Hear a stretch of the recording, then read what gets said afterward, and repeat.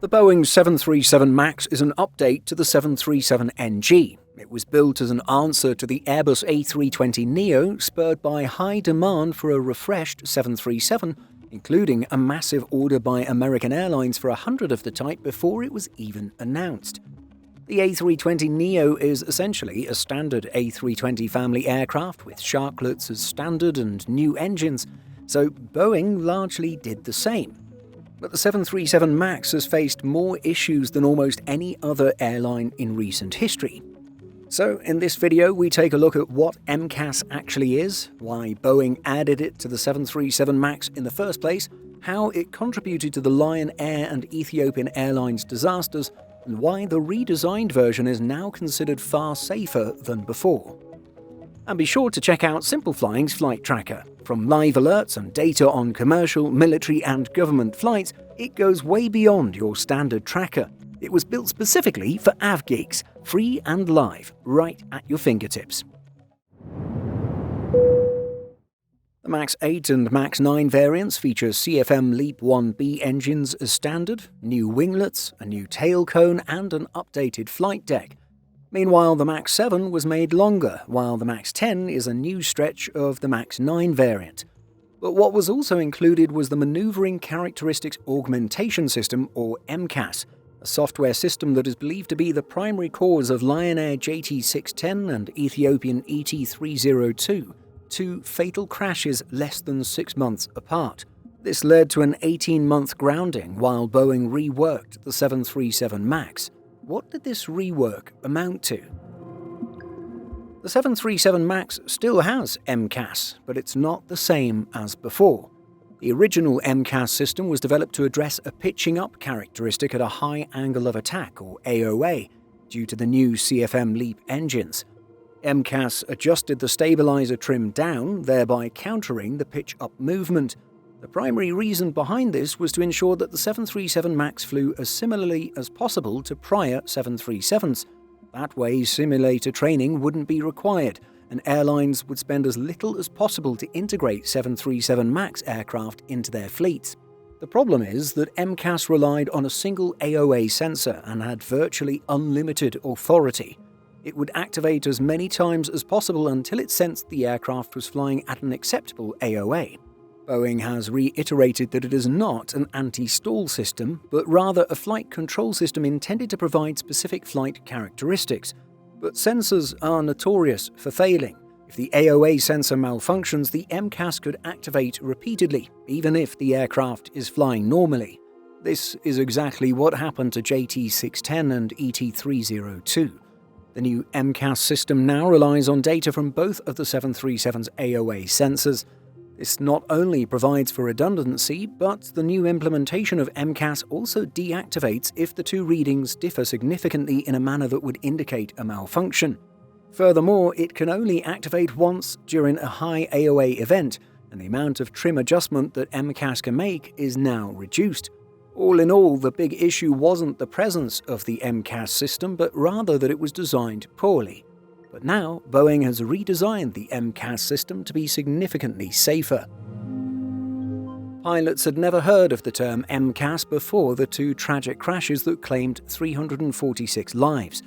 It was intentionally omitted from flight operating manuals and was purely a behind-the-scenes mechanism to ensure commonality with the 737NG. When Lion Air 610 dived into the Java Sea, focus was initially placed on the airline, as Lion Air had a poor reputation for safety protocols. But it soon came out that other 737 MAX pilots had experienced similar incidents of the plane randomly pitching down, and then Ethiopian 302 flew nose down near Addis Ababa.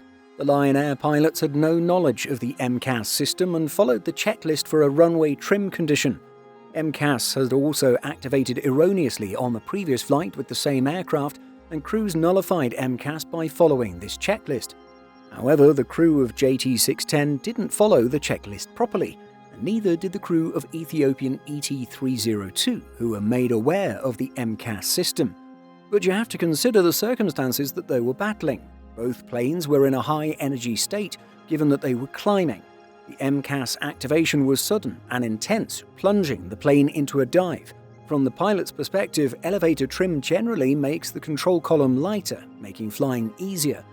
MCAS adjusting the trim to the extent that it did made the yokes impossibly heavy, all the while the engines continued to run at high power. Indeed, the flight crews didn't necessarily follow the correct procedure, but it was an intense, frantic situation, and the crews were fighting the airplane. There are 4 generations of the Boeing 737 with 15 variants. It is the oldest commercial aircraft still being manufactured. The original 737-100 and 737-200 had long, thin Pratt & Whitney engines that ran the entire width of the wing. The 737 Classic had new CFM56 turbofans with non-circular nacelles to fit under the 737's low wings. The 737NG retained this same nacelle design, but the CFM LEAP engines on the new MAX variants are larger than the CFM56, meaning they needed to be mounted forward and higher compared to before. Part of the benefit of the 737 MAX is that it can be seamlessly integrated into an airline's fleet. Pilot training is expensive, and airlines have faced issues with flying multiple generations of 737s due to handling and cockpit differences. However, the new engine configuration changed how the plane handled at high AOA, and there was concern that this would require different training for flight crews. The other issue is that the 737 MAX retains conventional flight controls, with physical cables and pulleys connecting the cockpit controls to the exterior control surfaces. Other modern aircraft like the Boeing 777X are fully fly-by-wire, meaning that any changes in flight handling can simply be adjusted in the plane's electronic programming. As an example, an Airbus A320neo flies nearly the same as a 1987 A320-100. With the 737 MAX, this wasn't possible, so engineers created the MCAS system. The Boeing KC-46 Pegasus is an aerial refueling platform derived from the Boeing 767. Because it's an aerial refueler, it carries a lot of jet fuel, which is then sent via an extendable boom at the rear. Aerial refueling causes significant shifts in the plane's weight and balance. It's a difficult procedure to pull off, so Boeing developed MCAS. The KC-46 MCAS system has the same basic function in that it adjusts the stabilizer trim.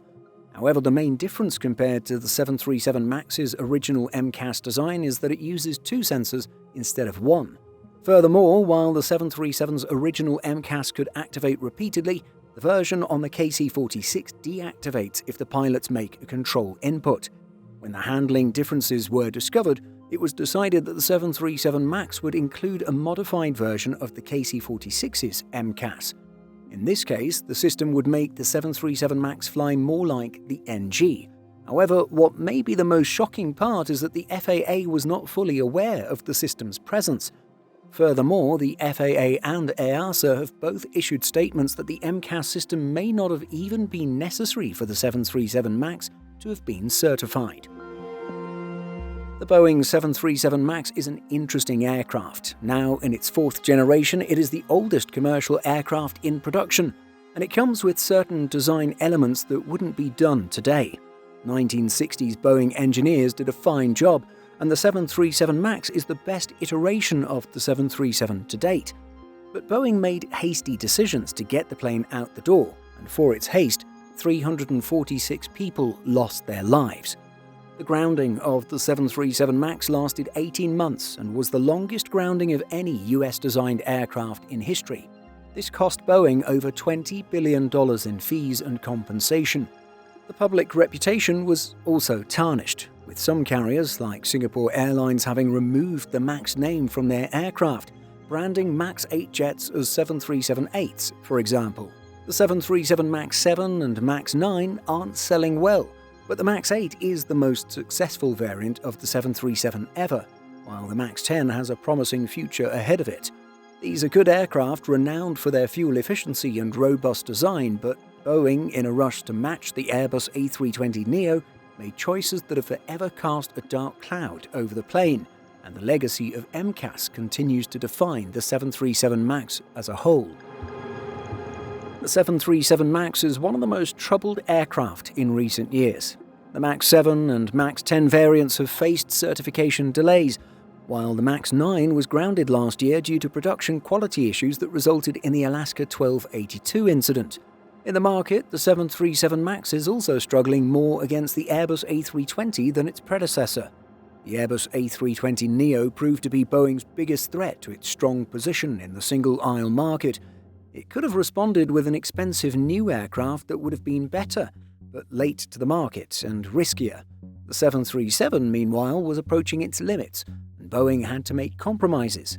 Compromises that ended up costing lives in the way that Boeing chose to do it. What do you think? Should Boeing have designed an entirely new aircraft instead of pushing the aging 737 platform even further? Or was updating the 737 still the right decision given the competitive pressure from Airbus? Let us know by leaving a comment, and don't forget to subscribe for more aviation content. See you next time. In addition to our daily YouTube videos, Simple Flying publishes over 150 articles and a podcast every week. Visit simpleflying.com.